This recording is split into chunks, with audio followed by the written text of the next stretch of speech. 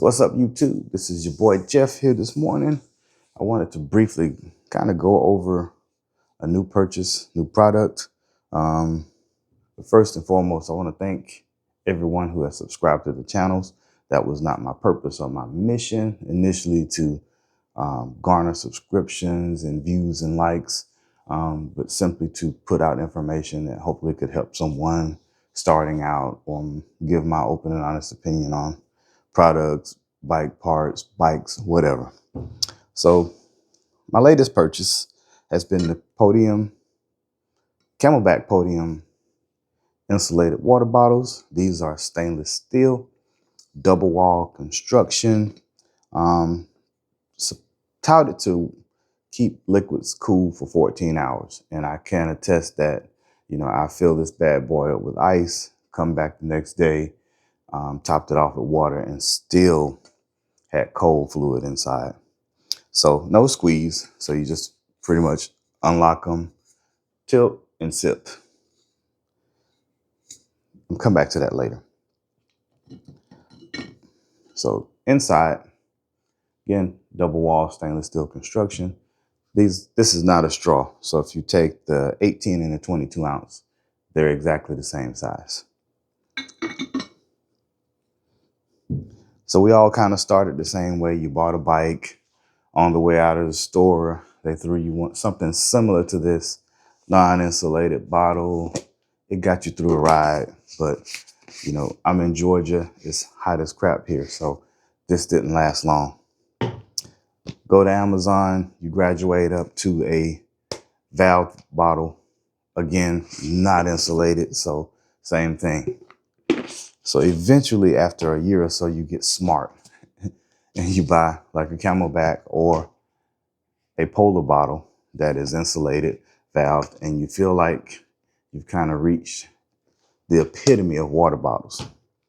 The thing that I like about Polar over Camelbak, and it's not the insulation or the ability to keep fluid cool, it's just the valve. The Polar bottle, I think the valve breaks down into about 3 parts. And if you've ever broken down a Camelbak, you know that there's something like 8. There's at least 8 parts in there that I can remember. And they're parts on top of parts. So not sure how this is going to be in the long term, because like I say, you just have the vent. This is not a straw. And then the sip and vent top. Things that I don't necessarily like.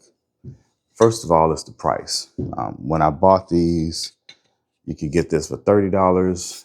I think as of today, this is up to $40. It's not going to give. So if I drop this, it pops out of my bottle cage. The person behind me is probably going to hit this and they're going to go down. When it hits the ground, it's going to roll. When it hits the ground, that beautiful stainless finish is probably going to be ruined. Bottle cages do scratch these up. The easiest fix is to take green Scotch-Brites and just kind of wrap it. And if you've ever brushed anything, just kind of spin it and rebrush it. Of course, going to end up losing those logos at some point to the brushing. And also the weight. This is heavier empty than 2 of these are full. So if you're a weight weenie, you might not want this. But on a bling day or a day where you're going to be out and it's really going to be hot, you're going to want to take something like this. Because again, with my Polar bottles, I usually put in my hydration, which is scratch. I'll fill it to the top with ice. The next morning before I ride, I'll come in and water it up. And usually by the time I finish, I've only got ice about right here. And it's just little chips. My mistake, the first day out with this, filled it up with ice, usual mix, put in water. About an hour into my ride, realized I had drank the water down and I still had ice all the way to the top. So I've gone to quarter ice and I still have almost whole cubes of ice in this at the end of my ride. So I think that's about it on that. Don't know how long these are going to last. At some point, I'm going to get brave and break this valve down. But if you're looking for something that will keep your hydration cool all day, this might be something to give a peek to. So I'll roll these like always, 3 months or so, come back and give you my honest opinion on them. One more thing, this is back pocket or jersey pocket perfect. So once you get this in your jersey pocket, it's there. And also grabbing it and moving it, I haven't had any issues. Even though it's got that nice finish, even with, slightly sweaty hands, I can still grab it, hold it. And because I'm not squeezing, I'm just tilting. You give it a little pull and you get fluid. So that's it for that. Until next time,